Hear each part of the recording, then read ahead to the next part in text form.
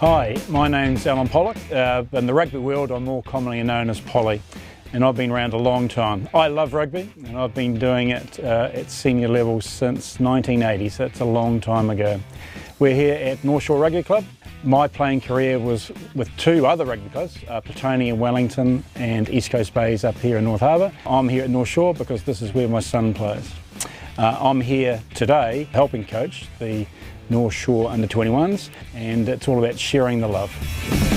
So here on the whiteboard, we're teaching under-21s and up to club level players, so we're not talking professionals. So these guys play rugby for a few main reasons. A, because it's fun, they get to play with their mates, there's an element of danger, and hopefully they want to be a better rugby player today than what they were yesterday or last week. So I want my rugby players to enjoy what they're doing, and I want to try and take the stress out of systems that are over-organised. So in this system, we split the field up across 70 metres and we fill up the field. So we've got threats all over the field. I like to call it 1, 4, 4, 4, 1. If you do the maths on that, that only adds up to 14. So we've got an extra joker, and cunningly enough, I call him a joker. He's a free agent. He's a very dangerous sort of player for the opposition to deal with, and I can quickly walk through what I think a game plan could look like. So here's your 15-metre line, either side. In between the 15-metre lines, you've got 40 metres of space. If we set rucks on the 15-metre line, then that's a wide enough width, 15 metres, to be a serious threat for the opposition, and they need to counter that by putting in defenders. At this sort of level of rugby, turnovers are a killer. So we have turnovers because of lack of skill, execution, or maybe not sure what's going to happen next, or refereeing decisions. So we're trying to keep it simple, stupid. So I like to send ball carrier, that's B. You'll note that on this schematic there are no numbers. Because I believe that all players should have the confidence and be trained in the skills to perform any role in this attacking dynamic. So B for ball carrier. I tell my ball carrier, once you've decided to take it into contact, and let's be clear, we want that to be a conscious decision, not something that I do by default because I've run out of ideas. So after I've made the conscious decision to be a ball carrier, I only have one job, and that's to protect the ball. A, from the opposition players, and 2, from any refereeing decisions. So what I tell my ball carriers, you look after the ball, I'm going to send you 3 mates to look after you. So we have first arriving player, we'll call him 1. P I call protect. So P might be protecting the first arriving player who might be in a bridging position, which is a very vulnerable position, or he might be protecting the whole ruck. And P also stands for pick and go. So if we get a quick ball recycle here, this guy can just go. We want to take yards wherever we can get them. We're not going to wait for the opposition.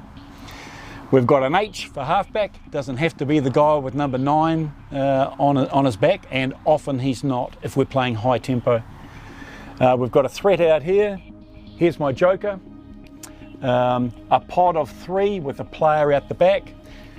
We call this our release player. So a lot of the times this will be a 10, doesn't have to be. Another pod out here with another release player and someone holding width. So for the defence, they need to defend this channel. They need to defend this channel through the ruck and close around it. They need to defend this channel here with halfback bouncing out and joker showing his face. They really need to pay attention to my power runners here. They need to have width between the defenders across the whole 40 metres, so we're trying to widen out their pickets.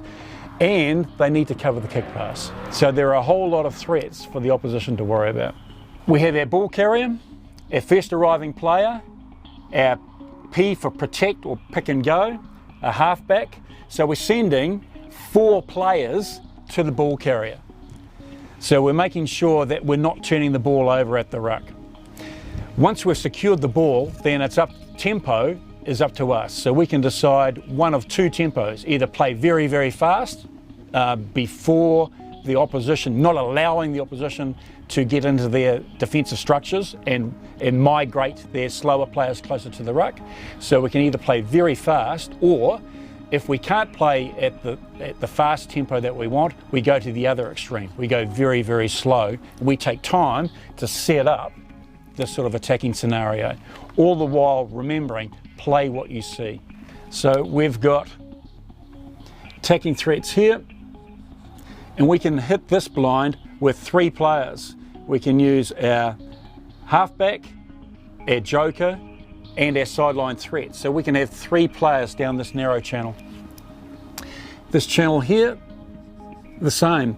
Halfback, joker, and support can come from one or two of these guys. We can hit this channel here, the halfback. Most of the time it's going to the middle player, for the reason the middle player, if he carries into contact, he's got protection on his inside shoulder. And we know that most jackal players will come from the inside. So we go through our options I've put here, our default is player number 2. So his default is to catch, throw a dummy. The more ridiculous the dummy, the better, just to take the defender's eyes, make the defender move his eyes. A ridiculous step and a hard out carry. So again, at training, you'll hear me saying lots and lots of time, if in doubt, carry. He has other options. He can tip the ball on to his outside teammate.